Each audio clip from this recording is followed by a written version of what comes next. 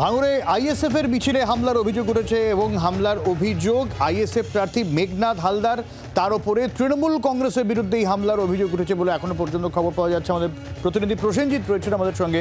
প্রসেনজিৎ আরো আপডেট দেবে। প্রসেনজিৎ, দেখো সব্যসাচী, এখনো পর্যন্ত আমরা যেটা জানতে পারছি আইএসএফ এর তরফ থেকে যে হামলা করার পরে পুলিশ কিন্তু যেভাবে তাদেরকে নিয়ন্ত্রণ করেছে এবং তৃণমূল কর্মীদের আটক করছে, তাতে কিন্তু একরকম যে জয়নগর লোকসভা কেন্দ্রের প্রার্থী মেঘনাথ হালদার তিনি কিন্তু রাজনৈতিক ভাবে যে তারা যে আক্রমণ করতে এসেছিল সেটা কিন্তু অনেকটাই তারা খুশি, কেননা পুলিশ অ্যাকশন নিয়েছে তড়িঘড়ি।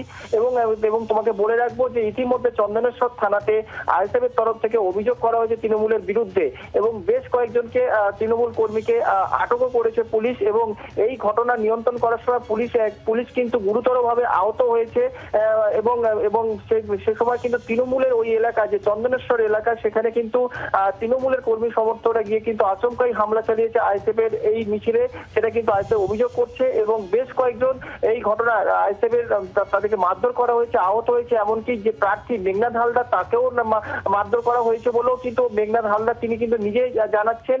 পাশাপাশি চন্দনেশ্বর থানার বিশাল পুলিশ বাহিনী ঘটনাস্থলে যায় এবং পরিস্থিতি নিয়ন্ত্রণ করে। এবং তোমাকে বলে রাখবো মেঘনাথ হালদার তিনি যেটা দাবি করছেন যে তিনি এবং তাদের দলীয় কর্মীদেরকে নিয়ে যখন ওই এলাকায় তারা দলীয় মিছিল করছিলেন, সেই সময় প্রচার চালাচ্ছিলেন, সেই সময় কিন্তু পুলিশও ছিল, কিন্তু পুলিশদের সামনে কিন্তু এই ঘটনা ঘটে এবং সেখানে পুলিশের সংখ্যা কম থাকায় সেখানেও কিন্তু পুলিশদের একরকম ধাক্কাধাক্কি দেয় এই তৃণমূল বাহিনী বলে একটা অভিযোগ করছে। পাশাপাশি তাদের কর্মীদেরকেও মারধর করা হয়েছে এবং এই ঘটনায় এলাকায় ব্যাপক উত্তেজনা ছড়ায় এবং পুলিশ গিয়ে বিশাল বাহিনী পুলিশ গিয়ে সেগুলো কিন্তু নিয়ন্ত্রণ করে। কিন্তু তৃণমূলের তরফ থেকে আমরা কিন্তু এখনো কোনো প্রতিক্রিয়া পাইনি। সব্যসাচী, অনেক ধন্যবাদ প্রসেনজিৎ। বাংলার আওয়াজ, বাঙালির আবেগ, জি 24 ঘন্টা।